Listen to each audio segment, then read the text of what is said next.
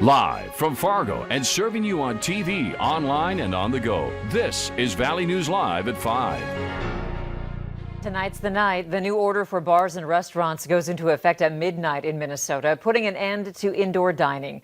A local favorite in Frazee is bracing for it, and the community has its back. Valley News Team's Courtney Lockey explains. Kat Torgerson says there's something special about this small town cafe. All the locals come down. They come down to visit with each other. They all seem to know each other. Thursday night's scene is proof of that, as restaurant owner Mandy Moulton grows weary over a second round of lockdowns. We're about ready to shut the doors again. The Frazee community is making sure that doesn't happen. It was crazy. Nearly 400 people came out for Thursday's burger night. So wonderful to see how many people from the community have gathered to help support our great little restaurant down here in Frazee, and we're all very thankful for that. And it's not the first time. Over 500 people came out for burger night in the spring after the first shutdown. It was a lot worse than what to expect already, but it's still going to be tough. Moulton says she's learned a few things she'll be taking with her into the lockdown. Hopefully we'll pull through and we'll still be here in the spring. Thanking Frazee and saying, can't wait to see you again soon. In Frazee, Minnesota, For weeks until December 18th. In Wisconsin tonight, authorities are responding to a reported mall shooting. Here's a live look from the scene. As you can see, it's still a very active situation at the Mayfair Mall in Milwaukee. Authorities say multiple people have been shot, but none of the injuries appear to be life-threatening. Mayor Dennis McBride said in a statement that a suspect remains at large. Stick with Valley News Live as we continue to update you on this developing story. The sun popped through the clouds a few times today, but it was tough going. We'll find out later when we'll break through this gloomy pattern. But first, this evening, how's it looking, Hutch?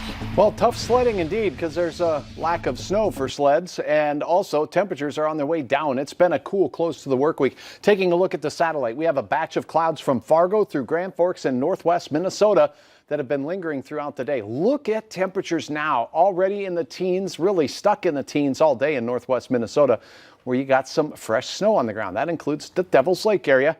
20s here in the Southern Valley, and as we head through the evening, our wind is starting to taper off. Within the last hour, Andrew, we've had a few locations in Lakes Country gusting over 20 miles per hour. Look at that gorgeous scene from Devil's Lake with fresh snow on the rooftops. The sun is trying to wave goodbye to a work week. 20s here in Fargo until bedtime, then we'll slip into the teens. And we'll have decreasing clouds tonight and decreasing wind. The weekend, Andrea, a tale of two sides of the coin. We're going to have a warm day. We're going to have a cold day with some precipitation in the middle of the whole thing as well. I'll spell it all out in your hour-by-hour forecast in just a few moments. All right, thanks, Hutch. Fargo police say the man involved in this morning's shooting is now behind bars. Officers say it happened around 1 this morning in the 1100 block of 2nd Avenue South. As officers arrived on scene, the person who called police waved them down, telling them the shooter was in the upstairs apartment and the victim was lying on the sidewalk with a gunshot wound. 24-year-old Logan Aarons eventually surrendered. He's facing aggravated assault and burglary charges. The trial date has been set for the man accused of killing 29-year-old Grand Forks police officer Cody Holte. 41-year-old Salama Pendleton faces a total of 8 charges, including 2 counts of murder. Documents state deputies were serving an eviction notice at 2627 South 17th Street on May 27th when Pendleton fired multiple rounds, injuring Corporal Ron Nord, Sergeant Kelly McLean, and killing his mother, Lola Moore. Officer Cody Holte joined the shootout but was wounded 3 times and pronounced dead at All True Hospital. Pendleton's trial is set to start on June 29th and last for more than 2 weeks. A North Dakota man is dead after rolling his SUV near Dickinson. The Highway Patrol says the victim is a 26-year-old. They are from Taylor, North Dakota. They say his car left the road last night, rolled through a fence, and ended up in a field. Frontline workers dealing with COVID-19 are trying hard to keep up with demand. In Minnesota, paramedics and EMTs will soon get help from FEMA as they work to keep up with the high volume of patient transport. Devon Roming explains.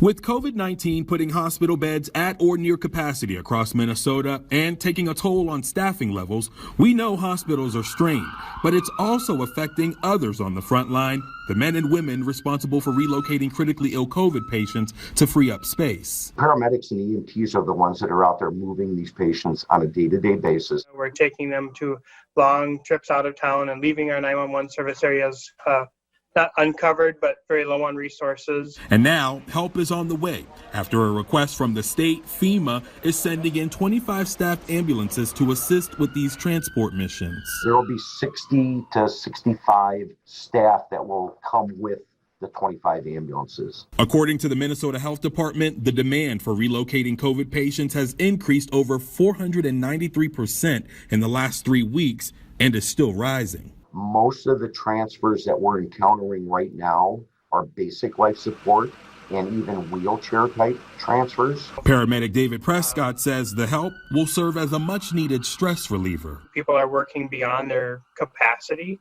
but they're coming in because they know that people need to be moved. From doctors and nurses to the men and women in between. The EMTs and the paramedics that are out there, we're kind of the forgotten frontline workers. For these frontline workers seemingly forgotten, they say they haven't forgotten about you.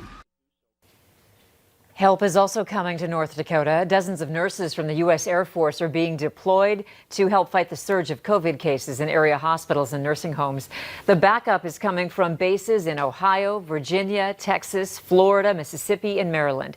The critical care nurses are leaving tomorrow and should start work next week. They'll be split into teams, helping at Sanford and Essentia in Fargo, Altru in Grand Forks, plus hospitals in Bismarck and Minot. Governor Gov Burgum requested the help through FEMA. Concerns over staffing shortages in North Dakota hospitals was a big topic in Governor Burgum's press conference today. He says it's up to the community to stop slow the spread of COVID-19, adding there's worry about a possible spike in cases after Thanksgiving. The governor says hospitals are trying to reserve space until a vaccine gets here. In the end of the day, it's personal responsibility that's going to make a difference. And those personal responsibility can be by teammates, by coaches, by family members. The decisions we make about what mitigation we participate in. Burgum also said many people are taking advantage of the state's public health hotline. Here's that number if you have any feedback or questions, 866-207-2880. Tonight in Alabama, a new program to help patients with lingering side effects from COVID-19. It's designed to help patients receive proper follow-up care in the weeks and months after their recovery. There are only a few of these initiatives across the country. Doctors in Alabama believe about 10% of the state's COVID patients will experience post-COVID symptoms. People are reporting cardiac, pulmonary, and psychiatric symptoms long after testing positive for the virus. So many people, we need to make sure that they have access to the care that they need. So certainly it's going to be up for a while. The post-COVID treatment program won't be in a separate clinic. Instead, patients will be directed to the specialty that could treat their specific symptoms. With winter just around the corner, Fargo Public School leaders have released their snow day plans. The district said in an email this afternoon that school will be canceled for the first 2 snow days that fall Monday to Thursday. Fridays are already distance learning days for the district. Those 2 snow days would be made up on April 30th and May 17th. Any additional snow days will either be distance learning or canceled with no makeup required. Meanwhile, Joe Biden is forging ahead, meeting with Democratic leadership today. Biden, Senator Kamala Harris, House Speaker Nancy Pelosi, and Senate Minority Leader Chuck Schumer met this afternoon in Wilmington, Delaware. No one took questions from reporters, but they were expected to begin discussions on a legislative agenda. The presidential recount in Milwaukee, Wisconsin is now underway.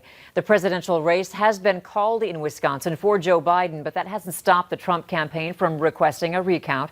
After the votes were certified, the campaign filed paperwork and paid $3 million to have the votes recounted in 2 areas of Wisconsin, Milwaukee County and Dane County. Election officials have promised a transparent process and expect to have the recount completed in a few days. If you're wondering how you can spread some holiday cheer, how about our virtual food drive? We have teamed up with the Great Plains Food Bank, and if you'd like to get involved in helping local families in need, you can download our free VNL News app, look for the virtual food drive, and click to donate. When it comes to Black Friday deals, there are 3 stores where you're likely to find the biggest discounts. We'll tell you where to shop next. And in our northern counties, we're at our low temperature for the day now and on our way down, a chilly night ahead. Take a look at the beautiful start to the day after a fresh layer of snow fell in the Devil's Lake area. Not a bad sunrise. Your forecast includes some good weather and some challenges this weekend. I'll have it all detailed next.